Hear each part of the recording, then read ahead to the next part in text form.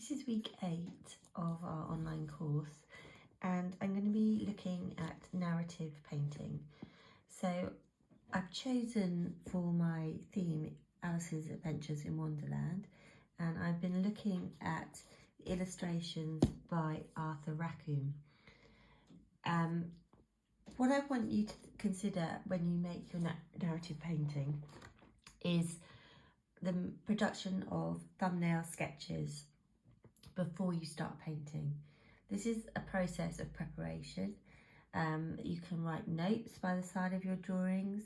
They're just compositional drawings to think about what sort of shape is your composition going to be. Are you going to have a rectangle, square, circular? I want you to play with possibilities and think about what part of your narrative do you want to portray.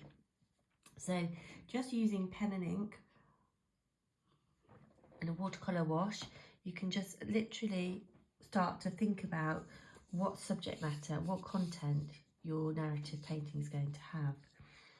So, as I said, I'm working with the theme of Alice in Wonderland, and Alice in Wonderland is adventures are sort of very much sort of childhood favourite of mine, so that's why I've chosen it. And I've drawn my composition out onto a oval canvas. So I'm going to treat this slightly differently in that I'm going to paint some areas with just ordinary acrylic paint, and I'm also going to use acrylic pens. So the background area is going to be painted first using acrylic paint, and I'm going to be using some flow improver just to help it go onto the surface more easily. So I've mixed up a very sort of pale blue acrylic paint for the sky, and that's my base colour which I will be using and applying to all the sort of sky areas. So I'm just going to mark out where they need to go, and the painting of them will be done with a fairly small round brush. And the reason I've chosen this colour is because I have painted another piece that is quite similar on an oval canvas, and that too has got a very blue background, so I would like them to sort of be a pair that can be shown together. I'm not going to paint all of this background, I'm just going to show you that I'm literally painting it very flat and even, and I'm treating this in a similar way as to almost like an illustration. And if we think of children's books and their illustrations, they are usually quite clear and bright, so I want to keep that sort of feeling to my painting, even though there are sort of darker areas to the painting. The majority of it is I'm going to keep it as light as I can.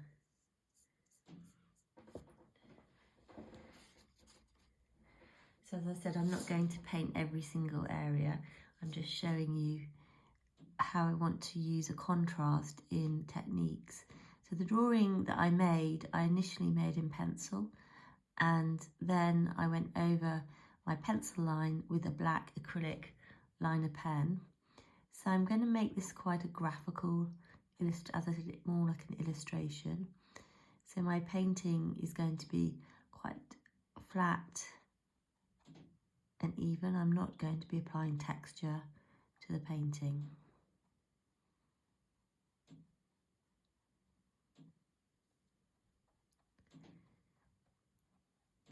So as sort of usual, we start with the background areas first and the larger areas first. So I'm doing those all, and then I'm going to move on to the larger areas of the trees. I'm going to use different coloured browns using a acrylic pen.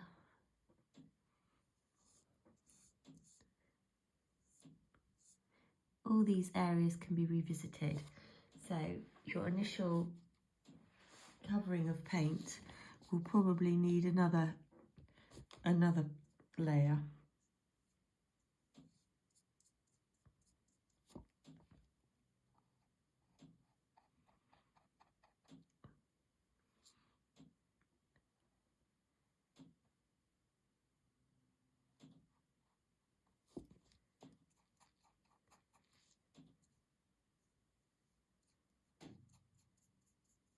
painting your background first, you're giving yourself a chance to sort of set your painting with a ground. You might want to paint your whole canvas one colour first before you start painting and lay a ground or a base colour, and burnt umber is usually a good choice for that, but I didn't do that this time because of the drawing element. I wanted the browns to be predominantly through the paint pens.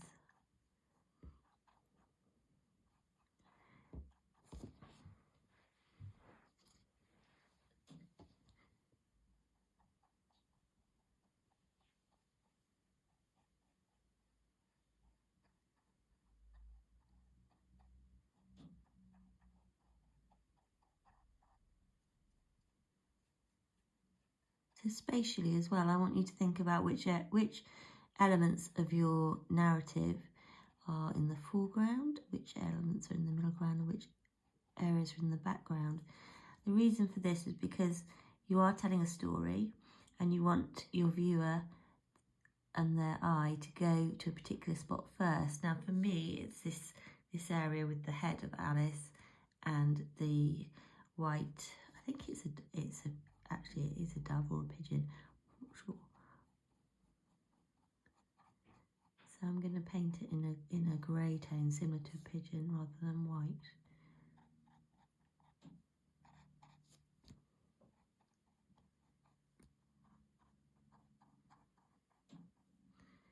So that is very, very roughly put down, and there are more areas to do.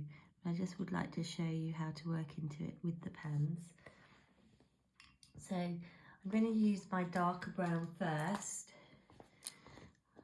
and come in with my paint pen, and I'm literally just going to be blocking in areas which I know are darker and in shadow, keeping some of my black lines which I've drawn. If I lose them, I can always go back over them.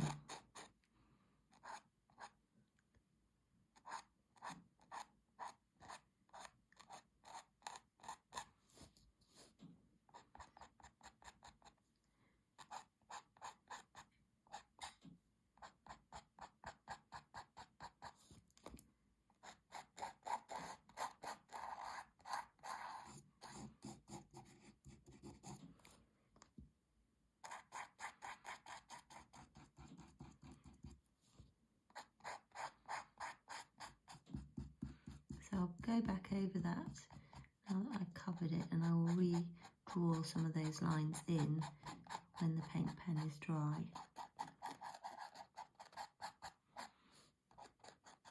The reason I'm using the paint pens is because they are quite effective for when you have a lot of detail in a painting and all you're aiming for is a very flat, even paint surface. You're not worrying about detail.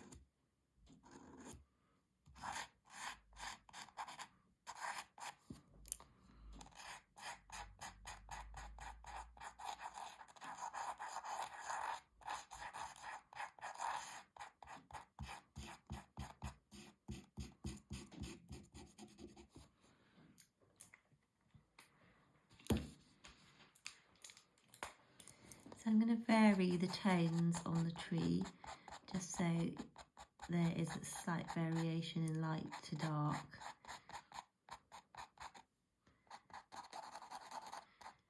I'm going to try and emulate a little bit of texture.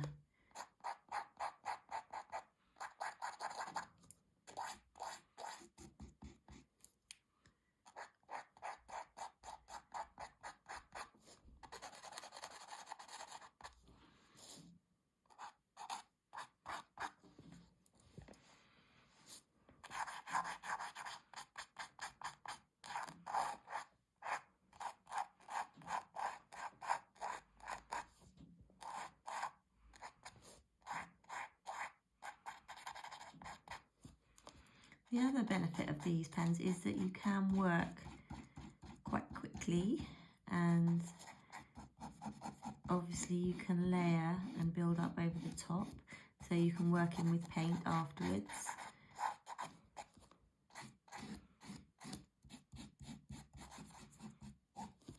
And it is quite like a drawing process as well.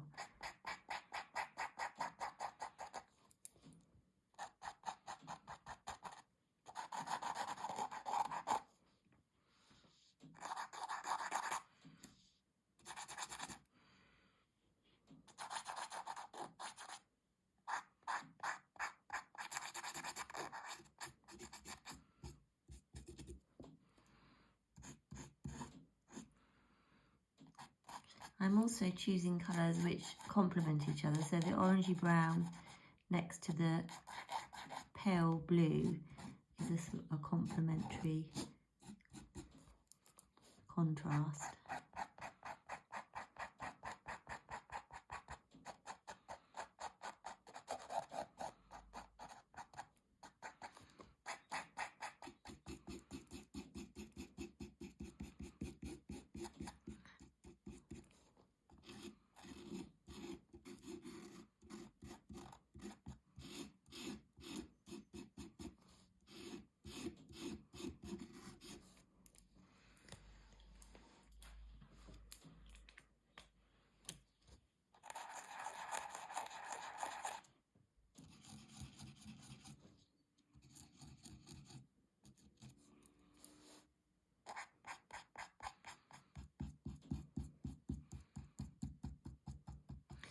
So other areas I want to focus on to show you are the face of Alice.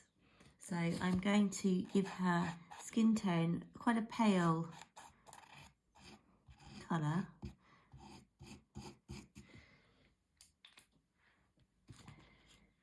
And I'm working with a slightly smaller pen with a finer, slightly finer nib to it. So you have to make sure you shake it to get the paint to come out. I'm just going to apply this on her neck and her face, and then I will probably add a little bit of warmth to her cheek.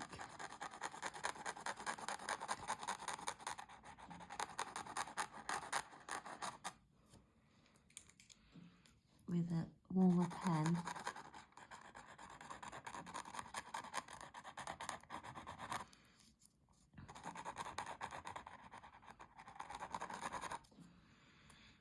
And I'm also going to use a tiny bit of white paint and just blend it in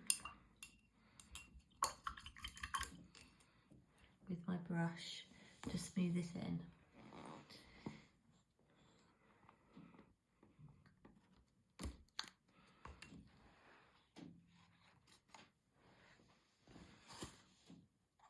Just to blend that, soften it.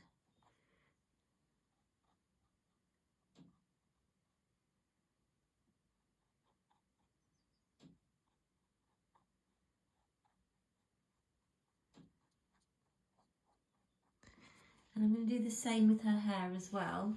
I'm going to use a slightly brighter pen, but I will also use some paint to mix in as well.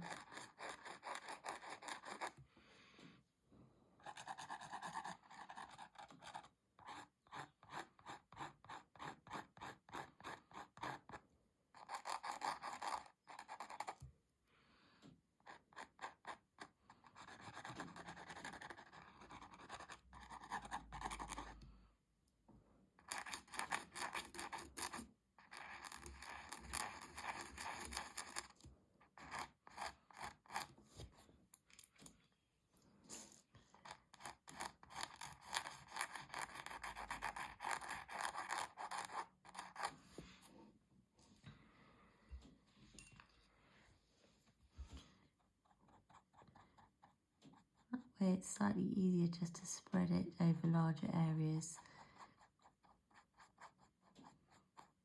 And I can revisit it as well.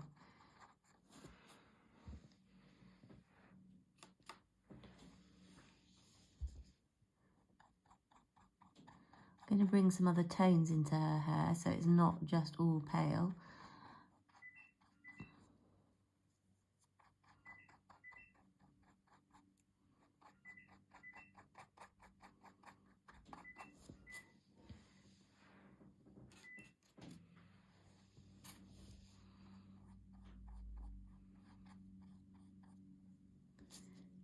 I want to emphasise some of these curls and make them quite a bold focal point of the painting.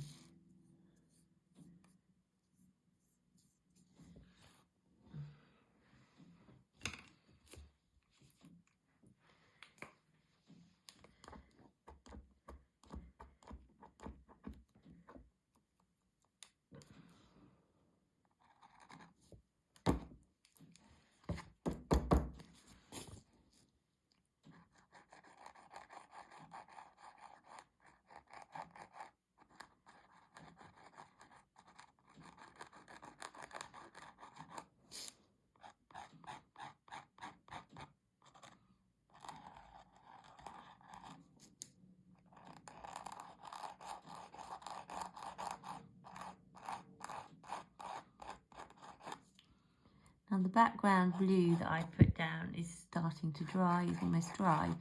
So I'll go back into that and give it another layer.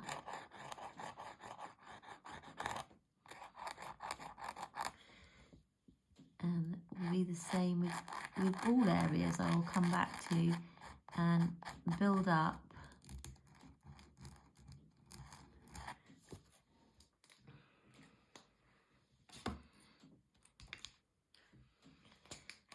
So the bird I'm going to make predominantly grey.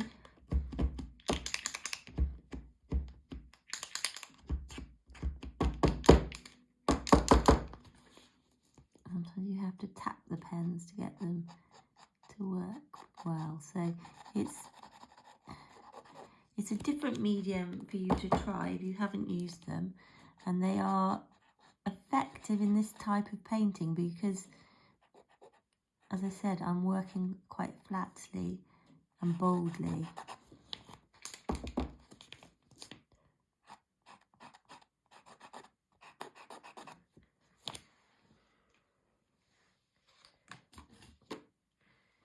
So I'm going to push that around using my paintbrush and come back to any lines that get lost.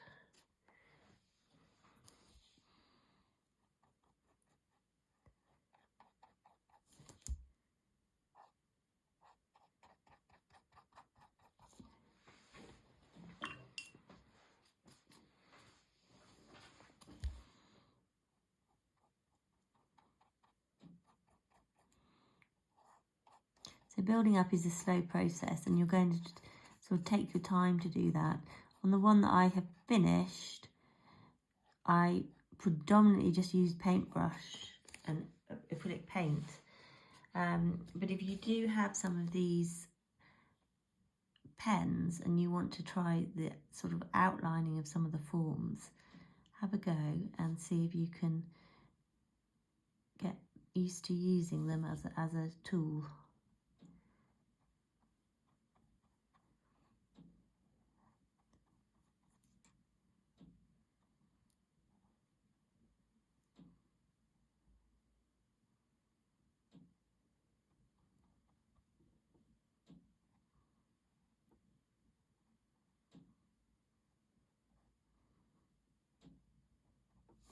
I'm really conscious that I'm going over some of the lines I've drawn, but I'm going to, when it's totally dry, I'm going to go back and repaint some of those areas again with the pen, just so that I get really nice sharp edges and crisp lines.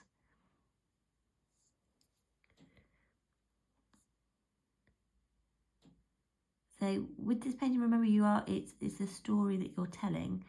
So there is a lot of thinking about composition. For instance, in this one, what I've done is I've used again an oval canvas, and by doing that I think I'm sort of adding more interest to the composition as well. So predominantly this was painted, but I did use little edges of the pen for outlining. So have a go at thinking carefully about what medium you're going to use and what materials, and good luck, and thank you for watching.